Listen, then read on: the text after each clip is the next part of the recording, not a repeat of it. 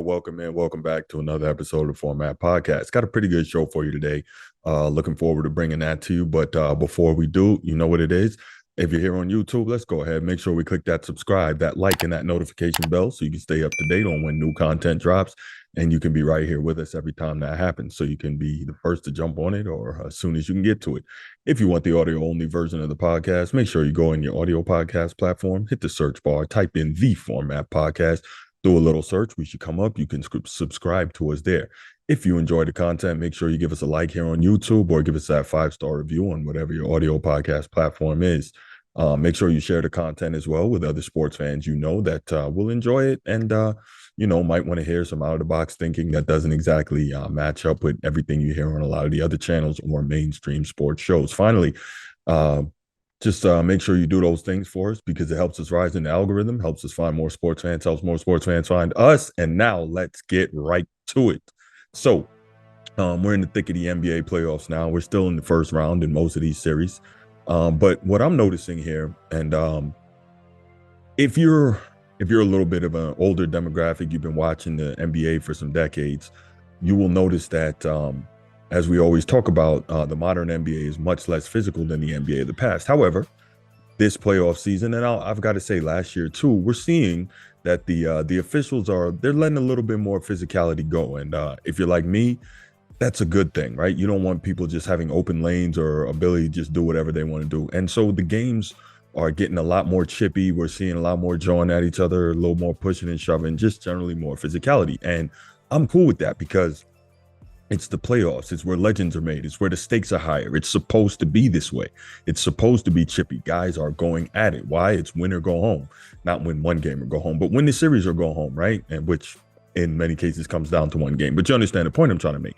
It's win or go home. It's the playoffs. So guys' emotions are running higher. Their effort is going to be higher because they don't want their seasons to end. And I'm cool with that. I'm definitely okay with things getting a little chippy. Now, some people, they might not like that, whatever, that's your prerogative. So when I bring up the chippiness, I did a show last week and actually I did a short last week with Draymond Green. Obviously he got suspended for the stomp on Sabonis, stomper around the world, I guess. The stomp on Sabonis. And it was really interesting because Sabonis there was the instigator, the agitator, whatever you want to call it. We saw him grab Draymond Green's leg and deliberately try to hold him back. Total non-basketball playing, dirty in my estimation by Sabonis. And so Draymond steps on his chest and pretty much then catapults himself off to run back down the floor to get back into the play. Okay, cool. Now, Draymond was suspended for the following game for that by the league office. Let's hear Joe Dumars' explanation for why Draymond was suspended.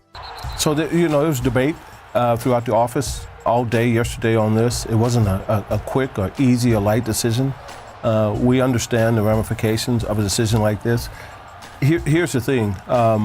As I was saying to Adrian earlier when we were talking, it's like the act itself, okay, we felt over the top and excessive. The conduct, detrimental. Some of the things that went on after the incident. You mean engaging with fans? That's what you mean when you say that conduct? Exactly, conduct detrimental. And then also the repeat offender. We think in totality, you take all three of those things and that's where you end up landing with a suspension. If you separate them out individually, maybe not. But if you put them all together, that's how you end up with, and that's how we came up with suspension. Okay, cool. So before I get into that, let's think about this, right? We often hear perception is reality. And the perception is that Draymond is a dirty player. You can even go on YouTube, you can search Draymond dirty, and there's montages and compilations of, I'll say, less than basketball plays that Draymond has done throughout his time in the league. What has he been in the league? 11 years now? 12? And, he has. There's been time. He's raked guys in the eyes. He's tripped people. Needless to say, he's mainly known for kicking guys in the genital region, right? Obviously, we saw the Sabonis thing just last week. Okay, cool. Draymond is known for being a dirty player who plays kind of over the edge of being physical. That has led to a number of flagrant fouls, which then leads to suspensions, right? The most famous of which being the suspension for Game 5 in the 2016 NBA Finals, which eventually led to the comeback, which is arguably, the greatest comeback. No, it is the LeBron and the Cleveland Cavs only team coming back from being down 1-3 in an NBA Finals and winning the championship. Okay, so we know about the history and the reputation of Draymond Green. There's a reason I'm saying that, right? So people say perception is reality, and you heard Joe Dumars just say that, Draymond is a repeat offender. His pattern basically is why he was punished the way he was. Now, let's look at something interesting. And so the thumbnail of my video today referenced the hypocrisy by the NBA. A lot of double standards going on, okay? And why do I say that? Because we saw in game 3 of the 76ers Brooklyn Nets series, Joel Embiid caught a flagrant foul for attempting to kick Nick Claxton in the groin after Nick Claxton walked over him. Cool. Now, where does the hypocrisy come in? Because it is a fact, not my opinion. Again, it is a fact. Yes, I'm an opinion guy because I'm doing podcasts, but my opinions, and I take pride in this, are almost always based in fact. I can back up my opinions. I don't just say stuff. Anyway, it is a fact that Joel Embiid has more flagrant fouls than Draymond Green in almost half the games played. What, Bruce? What are you talking about? Okay, cool. In their careers, Draymond Green has played 905 games. I think it's 906 now. Joel Embiid has played 441 games. That's about half the games, right? Now, remember, Joe Dumars said that Draymond's history and the fact that he's a repeat offender played a part in him getting suspended for game 3 in that Warriors-Kings series. Okay, cool. So Draymond has a career 906 games played, Joel Embiid 441. Now, would you believe Draymond Green has 19 flagrant fouls, Embiid has 21. So now you have 21 flagrant fouls in roughly half the games played, but you don't get suspended. You see what I'm saying? Perception is reality. And what the reality is that the NBA league office is blatant hypocrites. They are blatant hypocrites because Draymond Green has a certain perception about him. You see him do the stomp, he gets the flagrant, you want to suspend him for a game. And if you want to do that, that's fine. But people who know me, people who I debate with, my one thing stays the same: be consistent. Don't have one rule over here and a different rule over here. I don't believe in that. If your standard is your standard, like Mike Tomlin says, the standard is the standard, right? If that is your standard, then that is your standard. But don't make your standard different for different people. That's the wrong answer. Now, I get it. A lot of people say, that if you're special at what you do, then exceptions are made for you. But in this case, right, they're both professional basketball players. They're both NBA guys. You got to have the same standard in this situation because it's going to cause problems, right? It's going to be problematic.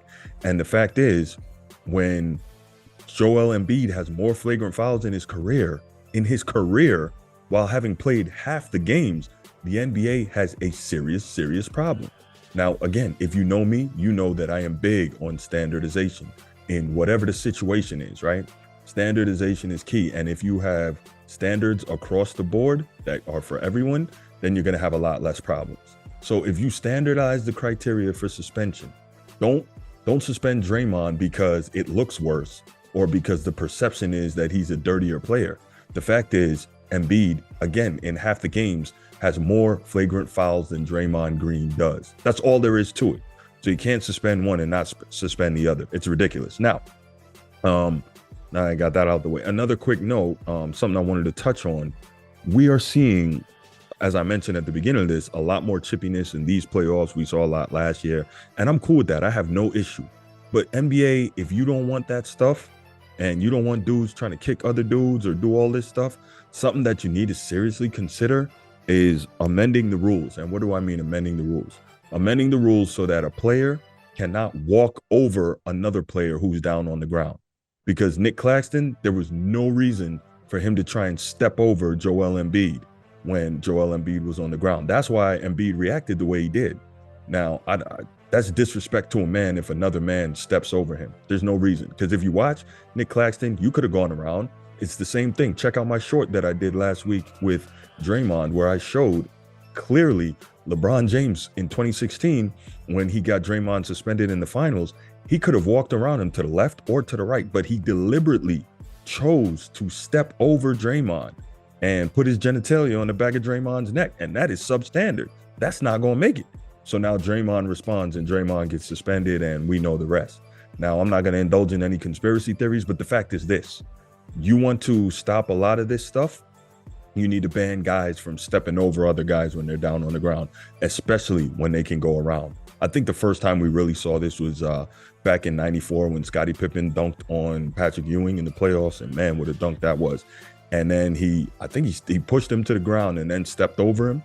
And of course, Patrick Ewing responded, but that was a different time and the game was more physical then. But the point I'm trying to make is when you step over a man that's on the ground, you are deliberately disrespecting him. And at that point, you get what you get. Real talk, you get what you get at that point. So if the NBA wants to kind of crack down on this and curb it, this offseason, competition committee needs to meet, and they need to make it against the rules for you to step over another player that's down on the ground when you clearly have a way around, or you wait for that player to get up and then you step, right? There's no reason to step over them. And if you do, it's a technical foul. That's it. Too easy, right? Anyway, I want to know your thoughts on this. Is the NBA being hypocritical on this? Should Draymond have gotten suspended? Should Embiid have gotten suspended? Is it okay because we perceive Draymond to be a dirty player? Or is it ridiculous being that, again, Joel Embiid has 2 more flagrant fouls in his career despite playing half as many games as Draymond Green? All right, leave your comments in the comments section. Look forward to reading them and responding to you. And I'm out. Peace.